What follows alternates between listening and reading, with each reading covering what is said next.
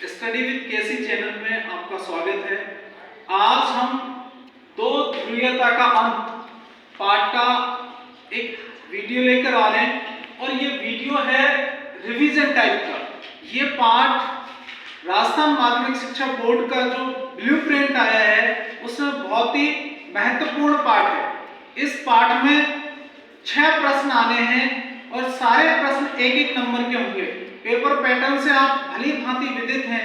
Paper pattern option जो objective type है उसमें आ सकता है, ब्लैंक है जो खाली जगह आती है रिक्त स्थानों की पूर्ति उसमें आ सकता है। उसके बाद में एक एक लाइन का जो उत्तर लिखना होता है उसमें आ सकता है। इसलिए आप इस पाठ को महत्वपूर्ण है ढंग से और ध्यान से देखिएगा। पहला ही बिंदु हम पिछला पाठ बात कर चुके हैं। पाठ है एंड ऑफ बायोपोलैरिटी यानी दो ध्रुवीयता का अंत। यहां इसी शब्द से स्पष्ट होता है कि दो ध्रुवों का अंत होने वाला है। पाठ के अंत में जाकर ये ध्रुवों का अंत हो जाता है। और ये दो ध्रुव कौन कौन से हैं? ये दो ध्रुव हैं। एक ध्रुव में है पूर्वी यूरोप, दूसरे ध्रुव में है पश्चिमी यूरोप और इनका नेतृत्व कर रहा है पूर्वी यूरोप का सोवियत संघ और पश्चिमी यूरोप का कर रहा है अमेरिका। तो हमने यहाँ पढ़ा था द कोल्ड वॉर एरा में, शीत युद्ध के दौर में हमने पढ़ा था कि जो शीत युद्ध का चरम बिंदु है वो क्यूबा मिसाइल संकट था। इसके बाद ये पाठ यहाँ खत्म हुआ। अगेन जो पाठ शुरू हो रहा है आपके एनसीईआरटी के फर्स्ट पेज पे दिया हुआ है। बर्लिन की दीवार के बारे में दिया गया है कि बर्लिन की दीवार 150 किलोमीटर लंबी है। बर्लिन की दीवार 1961 के अंदर खड़ी होती है और बर्लिन की दीवार 1989 के अंदर पूर्वी बर्लिन के लोगों के द्वारा ढहा दी जाती है। अब आपके मन में यह आता होगा कि बर्लिन की दीवार क्यों तो खड़ी की गई और क्यों ढहा दी गई। बर्लिन जर्मनी की एक राजधानी है। वर्तमान में जर्मनी की राजधानी बर्लिन है और जर्मनी दो भागों में बट गया, पूर्वी जर्मनी और पश्चिमी जर्मनी। उस समय पूरा का पूरा विश्व दो ध्रुवों में बटा हुआ था, पूर्वी यूरोप का और पश्चिमी यूरोप का। और दोनों ही जो व्यवस्थाएं थी, एक पूंजीवाद का नेतृत्व कर रही थी, एक साम्यवाद का नेतृत्व कर रही थी। जो पश्चिमी व्यवस्था थी, संयुक्त राज्य अमेरिका के नेतृत्व की जो व्यवस्था थी वो पूंजीवाद का नेतृत्व कर रही थी और जो पूर्वी यूरोप के नेतृत्व में सोवियत संघ था वो साम्यवाद का नेतृत्व कर रहा था। तो यहाँ पर वो दीवार खड़ी करके पूंजीवाद और साम्यवाद के बीच की खाई को दिखाया गया। पूंजीवाद और साम्यवाद ये बिंदु है क्या? आपके मन में बार बार ये विचार आता होगा कि पूंजीवाद शीत युद्ध में भी आया था, ये साम्यवाद और इसी चैप्टर में भी आ रहा है। तो पूंजीवाद व्यवस्था विद्यार्थियों वो व्यवस्था है जिसके अंदर राज्य का हस्तक्षेप कम से कम होता है, जहां पर व्यक्ति को अधिकतम स्वतंत्रता दी जाती है, जहां पर निजी उद्योगों को बढ़ावा दिया जाता है और राज्य किसी प्रकार के प्रतिबंध नहीं लगाता। नागरिकों का राज्य से यही कहना होता है कि राज्य एक नाइट वॉचमैन यानी रात्रि प्रहरी राज्य की भूमिका अदा करे, विकास की जिम्मेदारी राज्य की नहीं है। जबकि साम्यवादी शासन व्यवस्था वाले देशों में राज्य की जिम्मेदारी होती है। राज्य में एक दल का शासन होता है और एक ही दल के शासन के अंदर राज्य दूसरे राजनीतिक दल को वहां पर जगह नहीं होती। केंद्रीकृत शासन व्यवस्था होता है, शक्तियों का विकेंद्रीकरण नहीं होता। साम्यवादी शासन व्यवस्था के अंदर शक्तियों के विकेंद्रीकरण न होने के कारण इसीलिए ये ध्रुव का पतन होता है, दूसरे का सोवियत संघ का विघटन होगा। पाठ के अंत में हम देखेंगे। इसके अलावा जो साम्यवादी सरकारें होती हैं वो राज्य में नागरिकों को उनको न्यूनतम जीवन स्तर, उनकी जो सुविधाएं हैं, जो शिक्षा है, स्वास्थ्य है और उनकी जो आवास है, उनको खाद्यान्न संबंधी सुरक्षा है, वो सारी की सारी मुहैया कराती है। तो पूंजीवाद और साम्यवाद के बीच में एक बेसिक सा और मूल अंतर इसी तरह से है। अगला है सोवियत प्रणाली क्या थी। ये पहला ही पाठ का हेडिंग बना है, सोवियत प्रणाली क्या थी। तो 1917 के अंदर सोवियत संघ के अंदर समाजवादी क्रांति आई 1917 में। यहाँ उसके साथ ही पार्ट में यहाँ पर समाजवादी क्रांति की बात हो रही है और इस साइड में व्लादिमीर लेनिन का फोटो दिया हुआ है। और ये व्लादिमीर लेनिन का फोटो दिया है और वहां लिखा है कि Vladimir Lenin Bolshevik communist party के संस्थापक हैं और 1917 में जो साम्यवादी क्रांति हुई है, समाजवादी क्रांति हुई है, उसके जनक हैं। तो ये जो प्रश्न बनता है बोर्ड परीक्षा में भी बन सकता है कि सोवियत प्रणाली क्या थी, तो आप कह सकते हैं कि सोवियत प्रणाली 1917 में समाजवादी क्रांति हुई और पूरी की पूरी सोवियत प्रणाली की जो धुरी थी वो कम्युनिस्ट पार्टी थी। कम्युनिस्ट पार्टी के बारे में अभी हमने पढ़ा कि कम्युनिस्ट पार्टी वह पार्टी है जो किसी दूसरे राजनीतिक दल को तवज्जो नहीं देती, जिसकी राजकीय अर्थव्यवस्था पर पूर्ण तरह नियंत्रण होता है। इस तरह की ये जो साम्यवादी सरकारें हैं, उन साम्यवादी सरकारों में सोवियत प्रणाली सोवियत संघ का मुख्य आधार थी, मुख्य धुरी थी। कम्युनिस्ट पार्टी यही यहाँ पे लिखा हुआ है, अर्थव्यवस्था योजनाबद्ध होती है इसमें और राज्य के नियंत्रण में होती है। अब लिखा है दूसरी दुनिया। दूसरी दुनिया क्या है? सोवियत संघ ने जो पूर्वी यूरोप के कुछ देश थे जिनको फांसीवादी ताकतों से मुक्त करवाया था, और वो फांसीवादी ताकतों से मुक्त करवा के सोवियत संघ ने उनको राजनीतिक और आर्थिक प्रणाली पर अपने तर्ज पर ही ढाल लिया गया। ऐसे देश दूसरी दुनिया के देश कहे गए।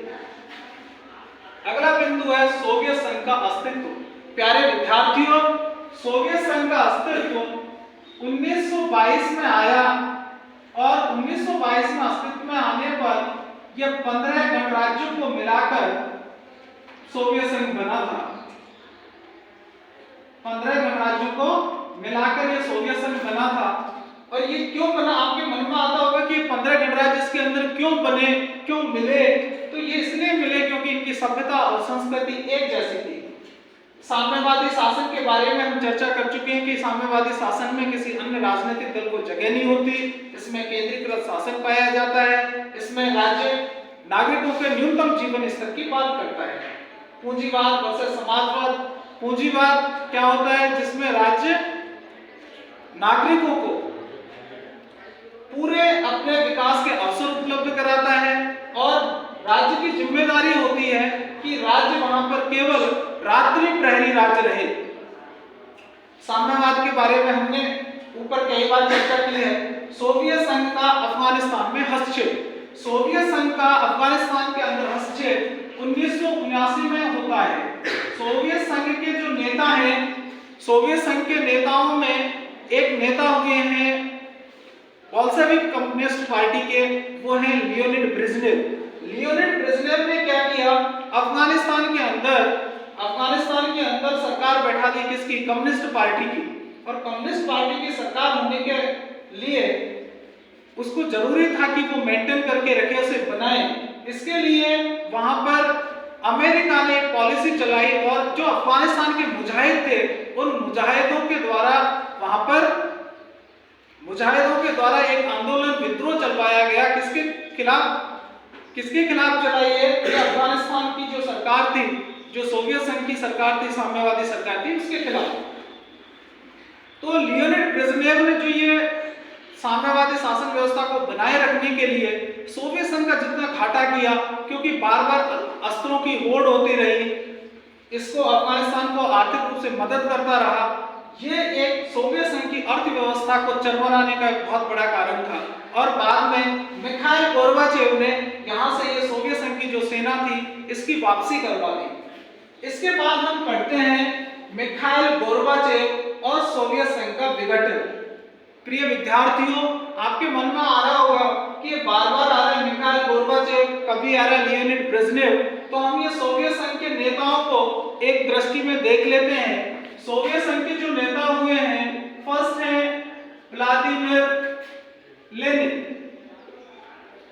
उसके बाद जो दूसरे नंबर पे जिसका नाम आता है वो है जोसेफ स्टालिन।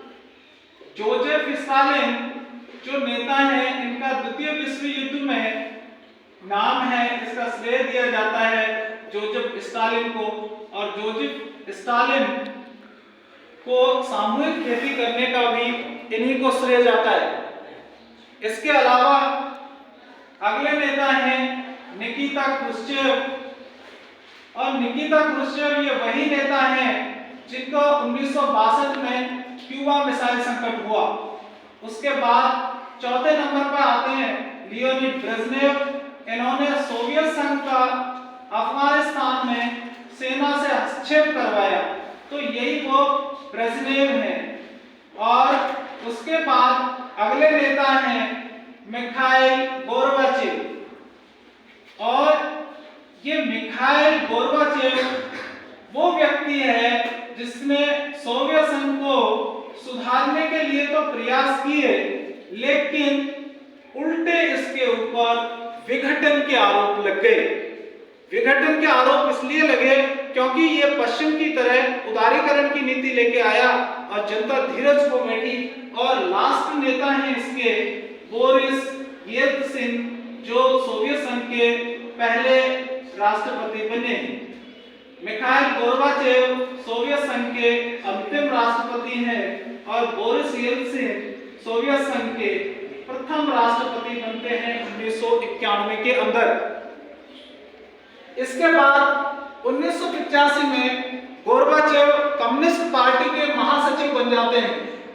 ये जो गोर्बाचेव है ये सोवियत संघ में सूचना प्रौद्योगिकी जो पश्चिम के देशों में चल रही थी उनके कारण उदारीकरण की शुरुआत करते हैं। और ये उदारीकरण है ये इसको लेट उठता है किसको, गोर्बाचेव को, और गोर्बाचेव के ऊपर विघटन के आरोप लग जाते हैं। इसलिए गोर्बाचेव तो चाहता था कि सोवियत संघ का भला हो जाए। गोर्बाचेव चाहता था कि जैसे पश्चिम के लोग सूचना तकनीकी और टेक्नोलॉजी का इस्तेमाल करके उन्नति कर रहे हैं, क्यों ना अब वो पुरानी संरक्षणवाद की नीति को हटाकर क्यों ना वो तकनीकी को लाया जाए। लेकिन जो जनता थी अब वो उस शासन से ऊब चुकी थी और वो अपना धीरज खो बैठी। सोवियत संघ की वो जो जनता है धीरज खो बैठी और वहां का जो जनमानस था वो दो भागों में बट गया। दूसरा जो कम्युनिस्ट पार्टी के लोग थे वो इसलिए नाराज हो गए क्योंकि इसने कम्युनिस्ट पार्टी का शासन समाप्त होने वाला है। कम्युनिस्ट पार्टी में पदों पर रहने वाले जो लोग हैं उन लोगों के विशेष अधिकार समाप्त हो जाएंगे, इसलिए वो लोग विरोध करने लगे। इन दोनों कारणों को मुख्य जिम्मेदार माना गया जिससे गोर्बाचेव पर आरोप लगे। हालांकि गोर्बाचेव ने राजनीतिक और आर्थिक उदारीकरण की शुरुआत की थी। गोर्बाचेव ने दो नीतियां चलाई, first is glasnost and second is perestroika. Glasnost ये रशियन वर्ड है, रूसी शब्द है और इसका अर्थ होता है खुलापन। खुलापन यानी अर्थव्यवस्था के अंदर खुलापन लाना, और पेरेस्ट्रोइका का अंदर है अर्थ है कि जो उसकी व्यवस्था थी उस व्यवस्था में वो उसको बदलाव करके और पुनर्संरचना करना चाहते हैं। इसके बाद सोवियत संघ विघटन के आरोप लगे मिखाइल गोर्बाचेव के ऊपर। 1991 में येल्त्सिन की सरकार आम चुनाव जीतती है और वो कहती है कि जो नियंत्रण है साम्यवादी संस्था में, जो नियंत्रण पाया जाता है साम्यवादी शासन में, केंद्रीकृत नियंत्रण पाया जाता है, जो सेंट्रलाइज्ड पावर होती है, इसका डिसेंट्रलाइजेशन करना चाहिए क्योंकि डिसेंट्रलाइजेशन से जनता का अधिकतम हित संभव है। उसके बाद 1991 के अंदर होता क्या है, येल्त्सिन के नेतृत्व में ही रूस, बेलारूस और यूक्रेन सोवियत संघ जो गणराज्य बना था 1922 में 15 गणराज्यों को मिला के, उसमें रूस, बेलारूस और यूक्रेन सोवियत संघ की समाप्ति की घोषणा कर देते हैं। रूस की संसद, पूछा जा सकता है रूस की संसद का क्या नाम है, तो रूस की संसद का नाम है प्यारे विद्यार्थियों ड्यूमा। उसके बाद रूस की मुद्रा, तो रूस की मुद्रा का नाम है रूबल, और इस रूबल में नाटकीय ढंग से गिरावट दर्ज की गई क्योंकि जो सोवियत संघ की व्यवस्था थी वो थी हथियारों की होड़ कर रहा था, वो थी साम्यवादी शासन व्यवस्था, वो थी पश्चिम की औद्योगिकी और प्रोन्नति और तकनीकी का उसने जो विरोध किया। इसके बाद सोवियत संघ का विघटन क्यों हुआ, प्रश्न आ सकता है। सोवियत संघ का विघटन क्यों हुआ? क्योंकि एक तो केंद्रीकृत नियंत्रण था वहां पर, दूसरा बंद व्यवस्था थी, किसी भी खुले विचारों को अपनाने के लिए बिल्कुल तैयार थे नहीं, हथियारों की होड़ में थे, सत्ता का केंद्रीकरण था और कम्युनिस्ट पार्टी को विशेष अधिकार दिए हुए थे। आम लोग कम्युनिस्ट पार्टी के अफसरों से मिल नहीं सकते थे, वहां का जो प्रशासन था वो गतिरोध हो गया था, भारी भ्रष्टाचार कायम हो गया था, अर्थव्यवस्था चरमरा गई थी, इसलिए सोवियत संघ का विघटन आवश्यक हो गया, विघटन हुआ। विघटन का अगर आपसे प्रश्न पूछा जाए कि विघटन का सर्वाधिक तात्कालिक कारण क्या था, तो सर्वाधिक तात्कालिक कारण होता है इसमें राष्ट्रीय भावना, राष्ट्रीय भावना और संप्रभुता की इच्छा। अगर प्रश्न आ जाता है कि सोवियत संघ के विघटन का सर्वाधिक तात्कालिक कारण क्या था, तो प्रिय विद्यार्थियों आपको 1 नंबर का ये प्रश्न पूछा जाएगा और इसमें लिखना होगा कि राष्ट्रीय भावना और संप्रभुता की प्रबल इच्छा ने सोवियत संघ का विघटन करवाया। तो यहाँ पे प्रश्न महत्वपूर्ण प्रश्न है, क्या बर्लिन की दीवार का खड़ा होना 1961, बर्लिन की दीवार का ढाया जाना 1989, सोवियत प्रणाली क्या थी? सोवियत प्रणाली आपको पता ही है, 1917 में जो समाजवादी क्रांति आई थी। सोवियत संघ का अस्तित्व कब हुआ? 1922 में। सोवियत संघ कितने गणराज्यों से मिलकर बना? 15 से बनकर बना। इनकी व्याख्या हमने कर ली है, आप वीडियो में पीछे करके बैक करके देख सकते हो। सोवियत संघ का अफगानिस्तान में हस्तक्षेप 1979 में होता है। ये 1 लाइन का 1-1 नंबर का प्रश्न बन सकता है। उसके बाद मिखाइल गोर्बाचेव पर विघटन के आरोप लगे, तो प्रश्न बन सकता है कि मिखाइल किस नेता पर सोवियत संघ के विघटन के आरोप लगे और कौन सोवियत संघ का बाद में सोवियत संघ का उत्तराधिकारी बन जाता है बच्चों? रूस। कौन बन जाता है? रूस। सोवियत संघ का उत्तराधिकारी बनता है रूस विघटन के बाद में। जो संयुक्त राष्ट्र संघ में सोवियत संघ की सीट है वो रूस को दे दी जाती है, सुरक्षा परिषद की सीट भी रूस को दे दी जाती है और परमाणु शक्ति संपन्नता की जो बात है वो भी रूस को दे दी जाती है। तो उसके बाद बनता है प्रश्न हो सकता है कि ग्लासनोस्ट और पेरेस्ट्रोइका की नीति किसके द्वारा चलाई गई? तो ये मिखाइल गोर्बाचेव के द्वारा चलाई गई। उसके बाद किसके नेतृत्व में सोवियत संघ का विघटन हो गया? तो 1991 में येल्त्सिन के नेतृत्व में। कौन है? रूस, बेलारूस और यूक्रेन ये सोवियत संघ की समाप्ति की घोषणा करने वाले गणराज्य बने। और रूस की संसद का क्या नाम है? तो रूस की संसद का नाम है ड्यूमा। रूस की मुद्रा क्या है? तो रूबल। सोवियत संघ का विघटन क्यों हुआ? तो कारण तो अनेक हैं, मैंने आपको बताया, वीडियो में आप देख सकते हैं, लेकिन ये मुख्य कारण है बंद व्यवस्था, हथियारों की होड़, सत्ता का केंद्रीकरण, कम्युनिस्ट पार्टी को विशेष अधिकार। और विघटन का सर्वाधिक और तात्कालिक कारण क्या है? राष्ट्रीयता की भावना और संप्रभुता की प्रबल इच्छा। प्रिय विद्यार्थियों, परीक्षाओं का समय कम है, इसलिए आप लगातार मेहनत करते रहिए और वीडियो देखते रहिए। इसका जो बचा हुआ पोर्शन है वो जल्द ही अपलोड कर दिया जाएगा। आपको परीक्षाओं से पहले ये सारे वीडियो उपलब्ध करा दिए जाएंगे। केवल और केवल आपकी इच्छा है जो आपको सफलता दिलाने वाली है, इसलिए आप जी जान करके, जी जान लगा के मेहनत कीजिए, क्योंकि परिश्रम ही वह चाबी है जो भाग्य का दरवाजा खोलती है। और संस्कृत में तो कहा भी है कि उद्यमेन ही सिद्धंति कार्याणि न च मनोरथि। अगर आप मनोरथ ही करते रह जाओगे, मन की इच्छा करोगे, तो काम नहीं चलेगा, उसके लिए परिश्रम करना पड़ेगा। All the best, thank you.